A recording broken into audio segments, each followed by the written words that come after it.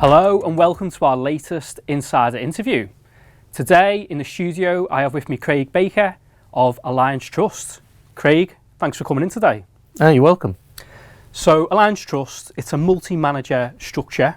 You outsource the decision making to 9 stock pickers, and most of those stock pickers pick 20 of their best ideas. So how do you then structure the portfolio? Yeah, so what we try and do is really ensure that stock selection drives everything from these managers. We've picked them because we think they're great at picking stocks rather than economies, geographies, sectors and the like. And so that's how we come up with the weightings to each of the managers to try and ensure that we're not really taking big positions at a geography level and certainly not at a style level. We try and balance the styles across all of them. The portfolio is designed to look very different from the benchmark, which is the MSCI All Country World Index. So how does it look different? Yeah, so interesting. It looks quite similar from a top-down perspective. So when you look at the country positions, it doesn't take big positions relative to what the index looks like. The same in the industry sectors. And as I said, it remains quite style neutral. But when you actually look at the stocks that make up the portfolio, it's very different from the benchmark. So a typical measure that is used out there is active money. So that's an assessment of how different the portfolio looks relative to the index. So a score of 100 would be it's got no overlap whatsoever, and 0 would mean it's completely in line with the benchmark. And we're up at nearly 80% active money. So a very different portfolio to what you'd see from a stock selection level. In terms of the biggest stock positions in Alliance Trust, there's a couple of the US heavyweight tech stocks. You've got the likes of Alphabet, Amazon and Microsoft amongst your top holdings. They'll also be top holdings in the benchmark. Does that go against the principles of trying to look very different from the benchmark? It doesn't, in the sense that there could be times where we have nothing in a number of those large companies. For example, we have had 0 or almost 0 in Apple, which is the largest stock in the index, almost through the entire 6 years that we've been managing the portfolio. But you're right, there'll be times where some of those stocks look attractive to the stock pickers and they will own them. And so Alphabet's the biggest overweight position of the ones you mentioned. And that will typically happen where 3 or 4 managers all find the stock attractive at the same time. Doesn't happen that often, but there are a couple of those. But those weightings have evolved over time. On average, we've actually been underweight some of the FANG stocks over the full 6-year period. But there will be times where they find them more or less attractive, and certainly following poor performance from a number of those over 2022, they've been adding to those positions in recent times. And how often do the stock pickers make changes? And I was wondering if you could give us a couple of stock examples of recent new holdings. On average, the managers are thinking quite long term, so they might have a 3-5 year or longer time horizon when they're thinking about buying a stock. But clearly, the valuation could change in those companies much more quickly than they expect, and they will then sell out of a company that's no longer as good an idea as something else that looks attractive to them. Probably the best example in the most recent period is that GQG, who are one of the managers that do change the portfolio around a bit more than some of the others, they actually have been buying some of the large tech names that you mentioned following the weakness in their share prices in 2022 and have been at the margin selling some of the energy stocks that they had owned through 2022 and had done particularly well in that period, and some of the consumer staples, and they'd sold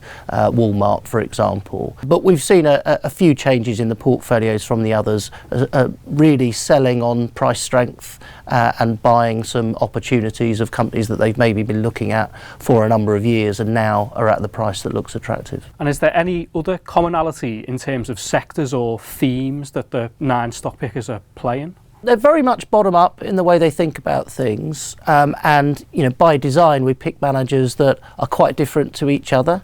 That said, if you try to pick out some themes in the portfolio, certainly as an example in financials, it's much more invested in things like payment processing companies at the moment, so things like Visa, MasterCard, PayPal, some asset management companies like KKR, and some more emerging market banks, so HDFC Bank in India, for example, actually very little in the traditional big banks, and certainly nothing in the US regional banks. So there's an example of some of the themes in that area.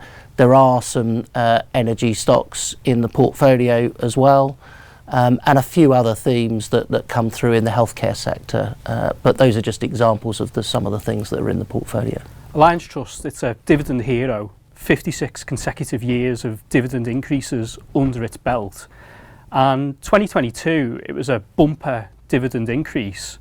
So what's in store for 2023? As you say, 2022 significant increase in the dividend. Nonetheless, it was still actually paid all out of income, so there was cover on that.